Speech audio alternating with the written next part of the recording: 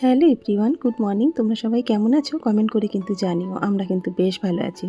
চলে আসলাম সোমবারের পুজোর ছোট্ট একটা মিনি ব্লগ তোমাদের সাথে শেয়ার করতে।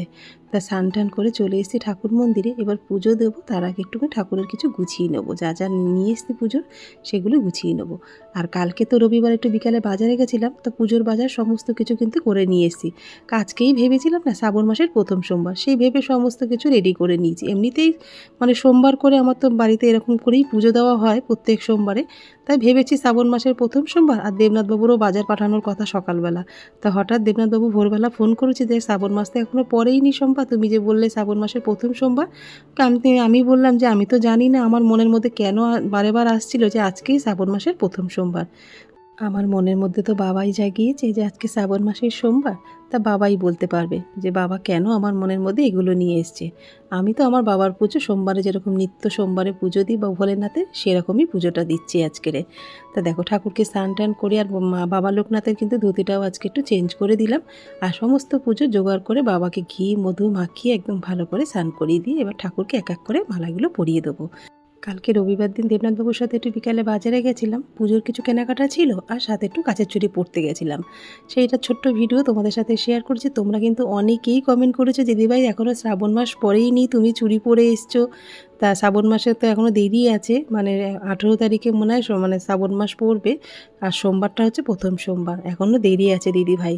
তা দেখো, মানুষই ভুল করে মানুষই শুধরায়। আমি ভুল করেছি, আমার দিদি বোনেরা আছে আমাকে সেই ভুলটা ধরিয়ে দেওয়ার জন্য। তো অনেক ধন্যবাদ তোমাদেরকে, তোমরা আমাকে এত ভালো ভালো কমেন্ট করেছো। আর আমি তো জানতামই না, জানো তো, আমার মনের মধ্যে শুধু মনে হচ্ছে আজকে শ্রাবণ মাসের সোমবার। দেবনাথবাবু যদি সকালবেলা ফোন না করতো, আমি তো পুরো পুজো নিয়েই বসে পড়তাম। তা কী আর করা যাবে বলো, ভুল তো মানুষই করে, তাই না বলো।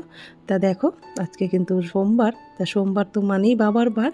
তা বাবাকে তো আমি প্রত্যেকবার এরম পুজো দিই। আর হাতে কাচের চুড়ি পরে কেমন লাগছে কমেন্ট করে কিন্তু জানিও। চুড়িগুলো খুলে রাখবো ভাবছি, জানো তো, শ্রাবণ মাসের প্রথম সোমবারই পরবো। তা বাবাকে দেখো স্নান টান করিয়ে বাবাকে পঞ্চ বেলপাতা পঞ্চ ধূপ ধরিয়ে আমি যেরকম নিত্য পুজো দিই সেইভাবেই দিলাম। তা দেখো এখন বাটাটা সাজিয়ে দিলাম, বাবাকে আজকে আমিত্তি ভোগ দিয়েছি। সোমবারের পুজো দেওয়া কিন্তু আমার একদম হয়ে গেছে, আর ভগবানকে ভোগও নিবেদন করে দিয়েছি।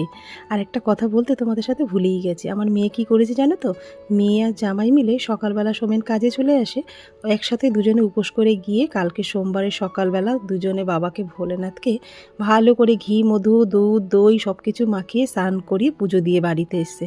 তা সবটাই কিন্তু বাবার ইচ্ছায়, জানো তো, বাবা যদি না চায় না সেটা কখনো হওয়া সম্ভব না।